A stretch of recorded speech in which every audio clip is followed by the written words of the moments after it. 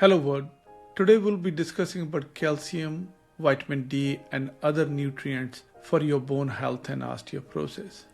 My name is Dr. Kundlas and I'm a primary care physician for the last 25 years. Bone is a very active organ. There are following players which play a role in bone health. Your calcium intake, your vitamin D intake, other vitamins and minerals which we group in one class, then the cells which lay down new bone formation which are your osteoblasts, and there are cells which are continuously remodeling and destroying the bone or osteoclasts. These four players are the one which ultimately decide what is the strength of your bone. If any of this player is not playing right, you will develop a condition we call osteoporosis, where your bones becomes weak, fragile, and you are at increased risk of fracture. We in the United States care a lot about osteoporosis because it leads to unnecessary pain and suffering, hospitalization, and death. Let's discuss about calcium. Calcium had a lot of information about it, and there were a lot of myths which have been circulated in social media and other literature regarding calcium supplement.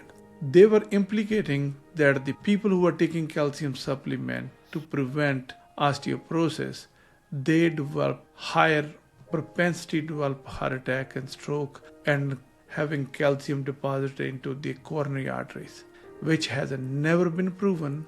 There are multiple studies which have been done and none of them have been ever linked you're taking calcium leading to increased risk of heart attack.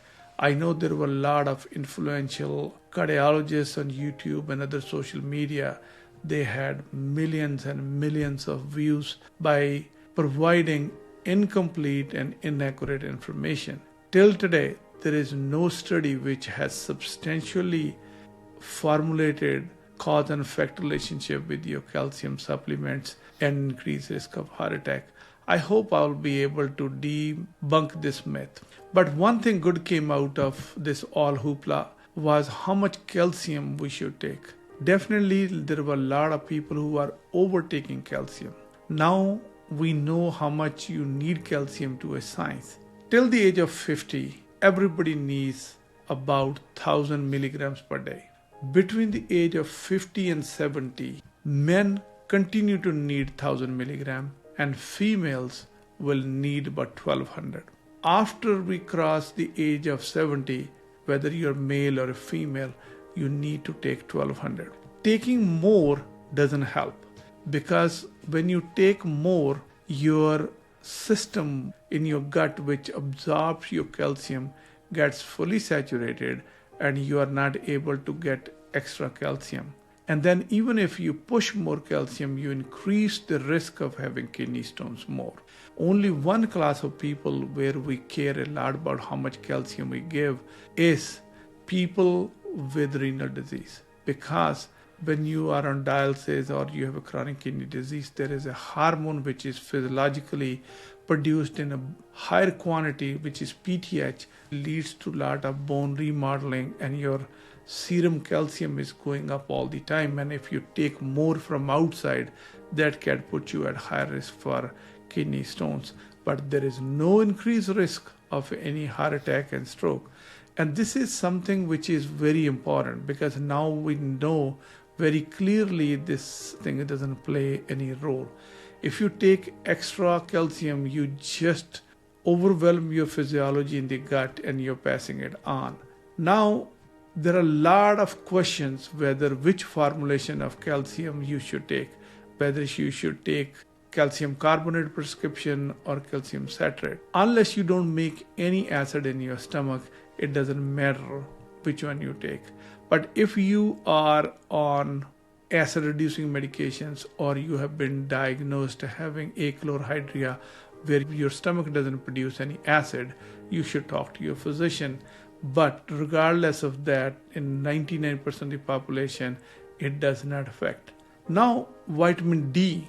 Vitamin D is a player both in absorption of calcium in the gut If your vitamin D levels are low, which is 80% of United States, you must start taking vitamin D. Your vitamin D is always gets checked by your primary care physician, a part of your annual physical and screening, because if your vitamin D is low, no matter how much calcium you're taking, your gut will not absorb it and it will lead to weak and fragile bones. Now let's talk about the foods which we eat. That also has a lot to do with calcium absorption and how much calcium you have. Any kind of meat, basically in body composition, when body metabolizes this, ultimate product is acidic and it produces acid. When you're producing a lot of acid, you are dumping a lot of calcium in your urine. You need to take foods which can neutralize this acid. Now with society changing, because we went from totally carbohydrate diet, now keto diet and the carnivore diet, all these diets are very high in proteins. And if you take meats and proteins for a long time, you're producing or you're excreting more acid in the urine, leading to a lot more loss of calcium in your urine. To counteract that in your diet is only fruits and vegetables. Fruits and vegetables provide you enough alkalis to counteract what the acid your high protein diet you are taking. If you are sticking to only high protein diet and your diet is deficient in fruits and vegetables, you are doomed to have low calcium and eventually osteoporosis. That is why it is very, very important that you keep fruits and vegetables in your diet. Then fruits and vegetables provide another vitamin, which is vitamin K, which is very important in functioning of a lot of hormones which lay down your new bone. If you don't eat fruits and vegetables, your vitamin K level will go down and you are at increased risk of developing hypocalcemia and eventually leading to osteoporosis.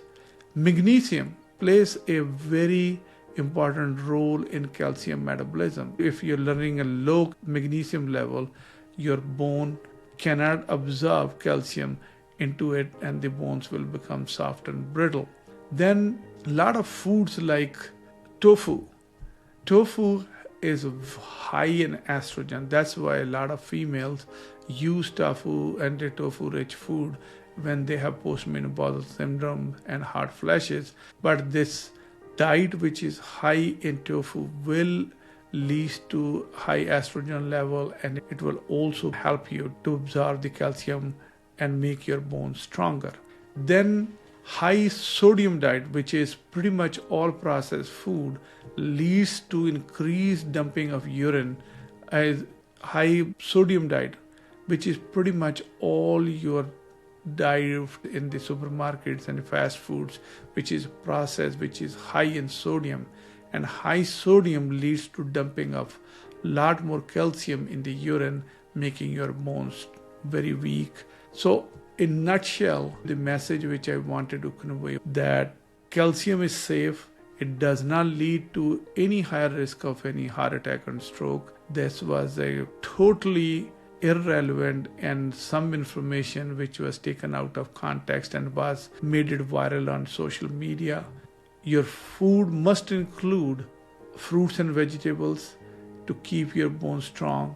Decrease the amount of sodium in your diet. Take magnesium supplements if your levels are running low. And green leafy vegetables which are high in vitamin K will keep your bones strong.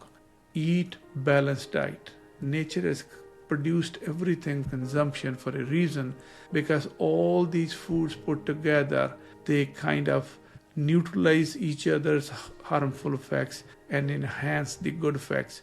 So let's start eating balanced diet rather than eating one kind of fat diets. I hope I have debunked the myth that calcium is safe, how other nutrients play into that, and use this information so that you could prevent osteoporosis and prevent a lot of pain and suffering. My name is Dr. Kundlas and I will see you in next video. Please do not forget to like, share and subscribe to our channel. Thank you very much.